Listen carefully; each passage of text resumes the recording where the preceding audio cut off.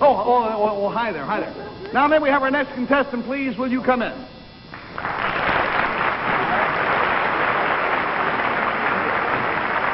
Will you tell our panel, please, what your name is and where you're from?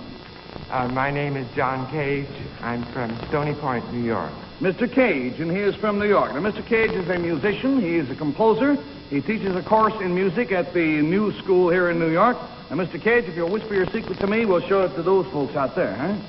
All right.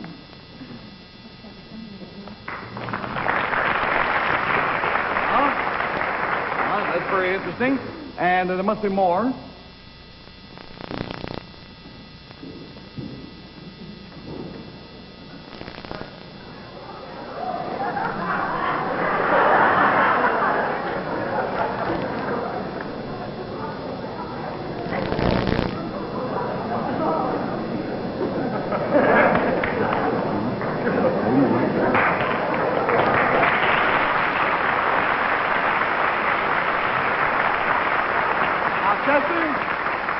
I put this squarely to our producer. Chester, in this event, we have a magnificent demonstration to make. Should we skip the game? It's up to you. It's up to me. I'll go for it because I would like to have a discussion period open at the end of this. Mr. Cage, we're going to skip the whole game because we want to have time for what's to come. Yes. All right. I would like to tell you that Mr. Cage's secret is that he's going to play one of his musical compositions tonight. He is probably the most controversial figure in the musical world today, and when you will hear his performance, if you will forgive me, you will understand why. The instruments that he will use include a water pitcher, an iron pipe, a goose call, a bathtub, 5 radios all hooked up, and what is the latest status? Are they hooked? Are they working or not? I'll explain this later. They're not. And a grand piano. Now, Mr. Cage, I know that you teach a course in experimental sound at the New School. Experimental music. Experimental music. Yes. Will you tell us quite seriously whether or not you consider what we're about to hear music? No tongue-in-cheek, but seriously. No, perfectly seriously. I consider music the production of sound. And since in the piece which you will hear I produce sounds, I would call it music. You will call it music, all right?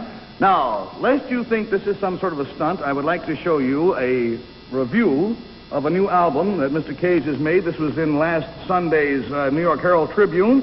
It is not entirely favorable.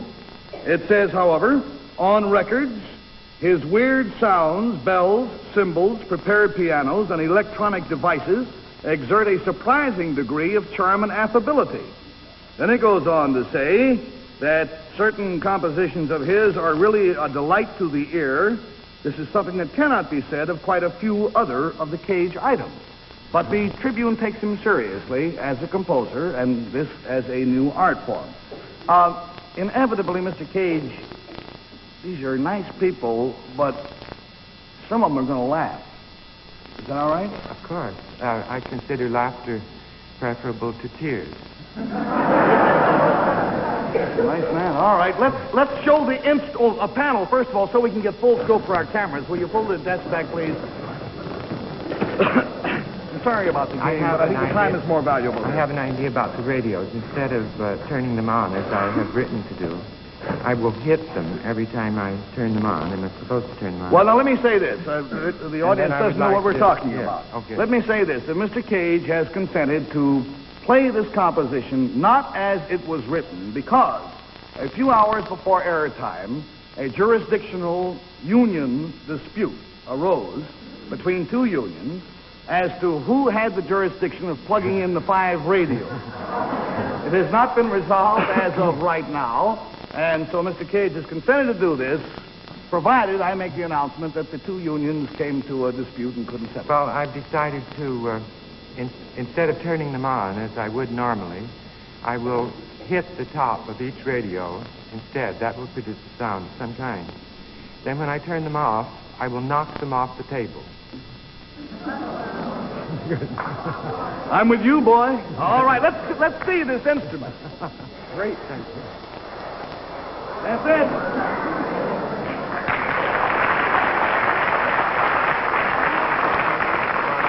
Yes, the title of the composition is what, Mr. Cage? Water Walk, because it contains water and because I walk during its performance. That figures, doesn't it? Now, also, two things I want you to notice. Over here, Mr. Cage has a tape recording machine, which will provide much of the... Will you touch the machine so that we can know where it is? Which will provide much of the background. Also, he works with a stopwatch. The reason he does this is because these sounds are in no sense accidental in their sequence. They each must fall mathematically at a precise point. So he watches his watch as he works. He takes it seriously. I think it's interesting. If you are amused, you may laugh. If you like it, you may buy the recording. John Cage and Water Walk.